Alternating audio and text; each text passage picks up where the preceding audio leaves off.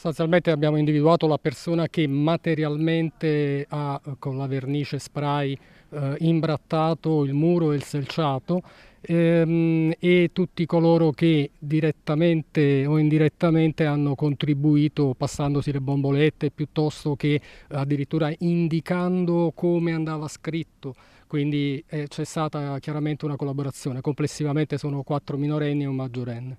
Non è la prima volta che combinano guai, ma stavolta imbrattando la parete storica dell'abbazia hanno superato il segno. Sono 5 i ragazzi individuati dalla polizia locale dopo circa 3 settimane dai vandalismi che hanno indignato Mogliano Veneto. Le scritte erano comparse alla vigilia dell'inaugurazione di una mostra, una ferita ancora oggi visibile. Quella notte con un bastone era stata anche spostata una telecamera in modo che non riprendesse le loro gesta. Peccato che nella zona del Brolo gli occhi elettronici siano davvero tanti. C'è stata un'intensa attività, siamo partiti sicuramente dal sistema di videosorveglianza che contribuisce in una maniera decisiva nell'individuazione proprio del reato, in questo caso perché è un reato di imbrattamento, ma diciamo l'identificazione effettiva è avvenuta grazie a un grande lavoro sul territorio. Insomma, non solo telecamere, con l'assessore alla sicurezza che fa intendere come alcuni di questi ragazzi e rispettive famiglie fossero già stati messi in guardia in passato.